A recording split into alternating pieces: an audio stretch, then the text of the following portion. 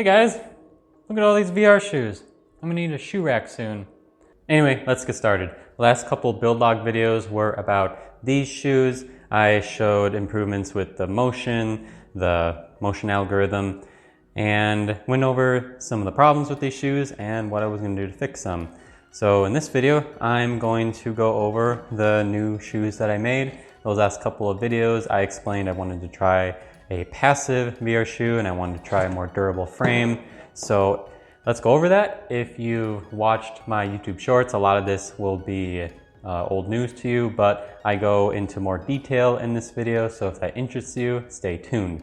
Okay, let's put these over here. So one of the things I said I wanted to do was I wanted to make the frame more durable. That one kept cracking and breaking because it's using rigid filament. So I tried flexible filament. This stuff won't break if you hit it, if you slam it against the ground. It's completely fine, but it's flexible. So it's durable, but we need a way to make it maintain its shape. And the way I did that is I added metal rods to the shoe. And here is one of the first ones that I made. All right, I teleported behind the camera. So here is one of the first shoes I made that uses flexible filament. You can see there are these metal rods here, and with these metal rods, the thing maintains its shape. It can flex a little bit, which is actually a good thing, because if you guys remember from some previous build log videos, I had suspension problems, and if these can flex a little bit, then all the wheels can touch the ground at the same time. That might actually be a good thing. But when I step on this thing, it can hold my weight and it maintains its shape, but it's also very durable. Those are the important things. I had to do a little bit of experimenting to go from this one to this one. You can see these, it's like axle support things, bearing supports. They didn't hold up very well. They got squished under my weight.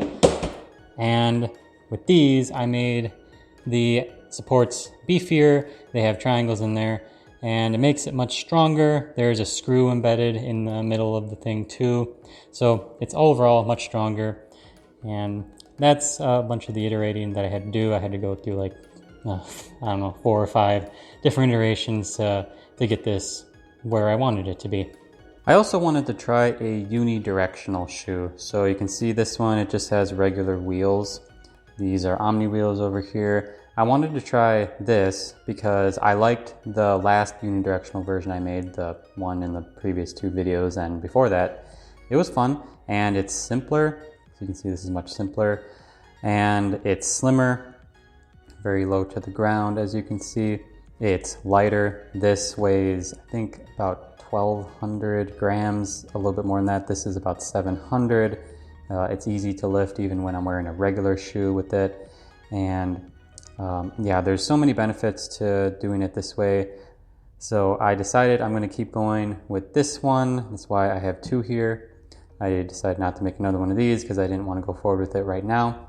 I'm probably going to come back to omni-directional eventually, but I want it to be this slim and low to the ground. I have an idea on how to do that, but it adds extra complexity that I don't want to deal with right now. I'm just going to keep going with this. And the unidirectional one is more durable, at least the wheels are. These omni wheels, I don't want to toss this on the ground because I'm wearing the omni wheels will break, but this one I can toss on the ground and it'll be just fine. It's all mostly TPU and metal, so I'm not going to be able to really break this thing.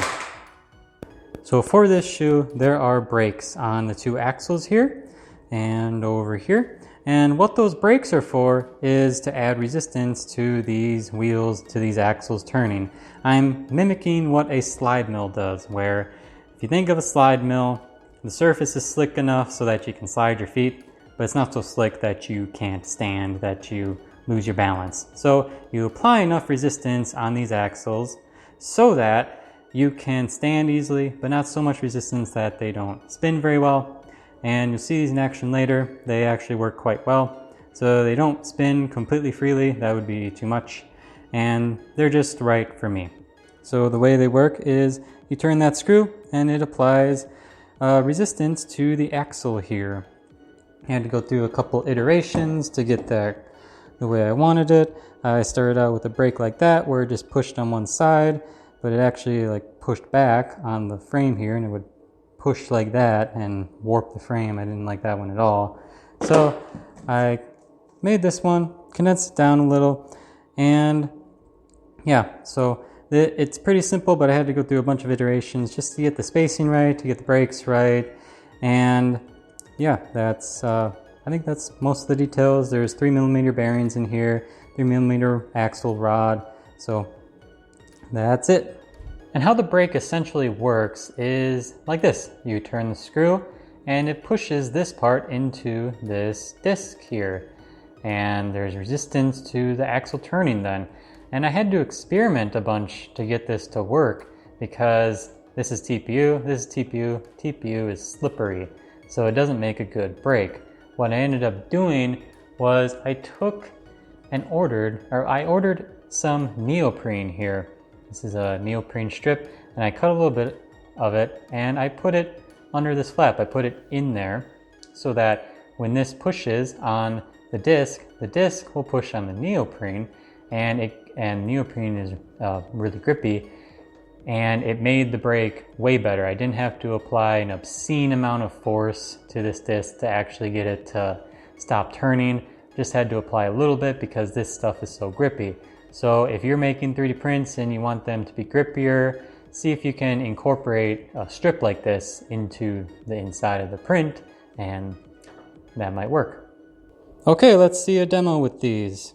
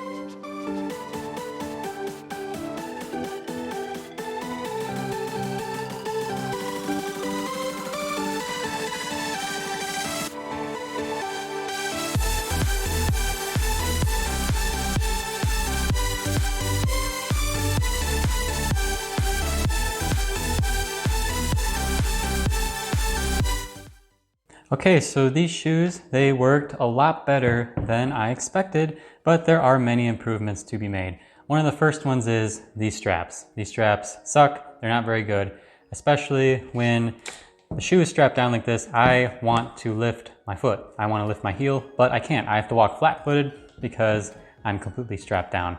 So how I'm gonna fix that is one of two things. So one idea is to have the foot strapped to the platform via like a rubber band, so you can still lift your toes if you want, or you could still lift your heel if you want, but you're still coupled to the shoe. Another idea is to put basically a hinge right around here, right under the ball of the foot, not right in the middle, the ball of the foot, so that you can lift your foot up like this and the shoe will curve to match your foot. Another thing is that with this being flat-footed, these straps just suck because they can just pop out like that. So definitely these straps need work, and the shoe needs to be able to allow you to bend your foot. Another thing I'm going to do is I'm going to switch these brakes up a little. Imagine you're wearing these shoes, you just put them on, but the resistance isn't enough or it's too much. Now you have to take the shoes off and turn these screws. Well, I'm gonna take these brakes and I'm gonna flip them over to this side so that the screws are sticking out on the end here. And then same on this side, they're sticking out on the front and back. And maybe these could be thumb screws or have wing nuts, so that while you're wearing these shoes, if the resistance isn't right, then you can just reach down, turn the thumb screw, and you're good to go. Another thing I'm gonna try to add is a stopper on the front and a stopper on the back. So you can imagine while you're using this thing, you lift it up, bring your foot in front, and then it slides back. And then you want to lift your foot up like this while it's behind you. When your foot lifts up like this, a stopper can come down. That stops your foot from going back too far. Or in the front, if your foot's in front of you, the back stopper could help as well. So I'm going to try adding stoppers here, see how well that works for stopping the shoe when it gets too far behind you or too far in front of you. And then once I figure out all that stuff and I make a shoe that works really well while you're wearing a regular shoe, I'm going to try to slim this down even more so that you don't have to wear a regular shoe. You could wear just your socks. It'll be lighter. Hopefully it'll have all the same functionality and it'll be comfortable. But something I'm going to try in the future. While walking with these shoes, it felt pretty good.